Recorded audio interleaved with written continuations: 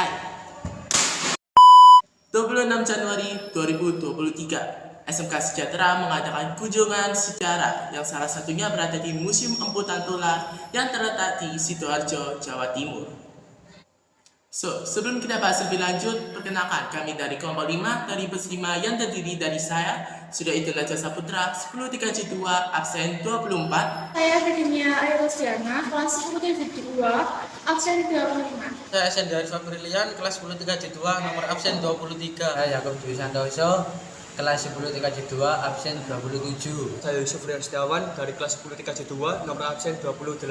Saya Wisnuda Brata dari kelas 10-3J2, nomor absen 26. Nama saya Zaki Ahmad Dermansyah, kelas 10-3J2, nomor absen 29.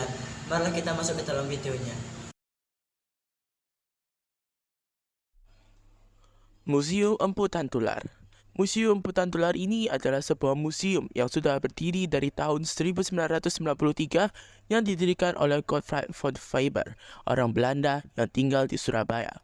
Awalnya museum ini bernama Stedelijk Historisch Museum Surabaya. Ya, itu. Lalu di tahun 1974, namanya diganti dan diresmikan sebagai Museum Empu Tantular.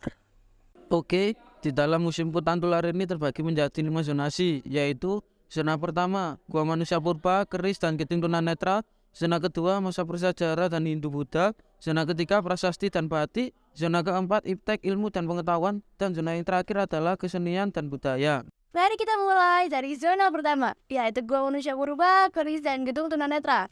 Di zona ini terdapat Gua Manusia Purba, di mana kita bisa melihat wujud manusia purba Pithecanthropus erectus yang hidup 300 tahun yang lalu. Dan juga terdapat tulis-tulisan yang menggambarkan manusia purba pada masa itu. Dan di sebelah gua terdapat Besalen. Nah, untuk Besalen ini merupakan tempat untuk membuat atau memproduksi sebuah keris yang digunakan untuk melawan musuh. Di zona pertama ini juga terdapat Gedung Tunanetra. Dari namanya saja tunanetra.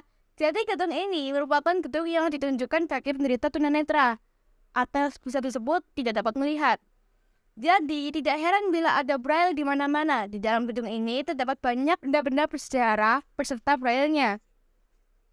Selanjutnya kita ke zona kedua, yaitu masa prasejarah dan Hindu-Buddha.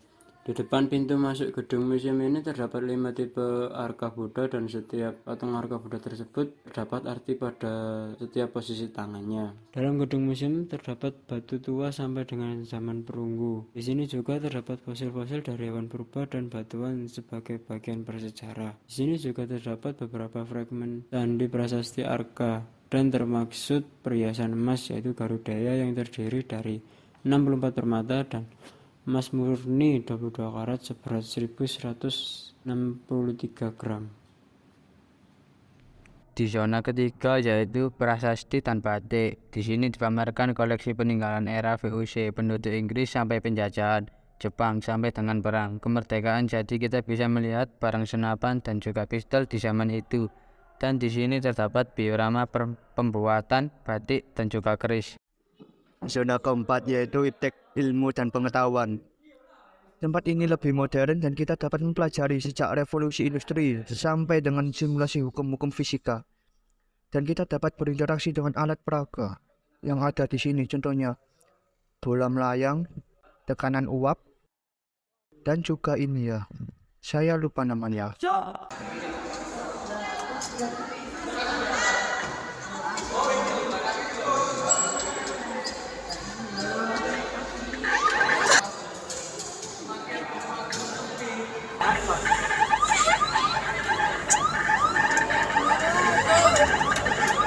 Astagfirullah. Ada yang berhasil? Zona terakhir yaitu kesenian dan budaya. Di zona terakhir ini terdapat beberapa baju pengantin yang dipamerkan, seperangkat gamelan, dan juga terdapat jenis-jenis wayang yang dipamerkan. Sikion dari kami, Sikion dari kami, Sikion dari kami, Hiukion dari kami. Dada, dada, dada, dada.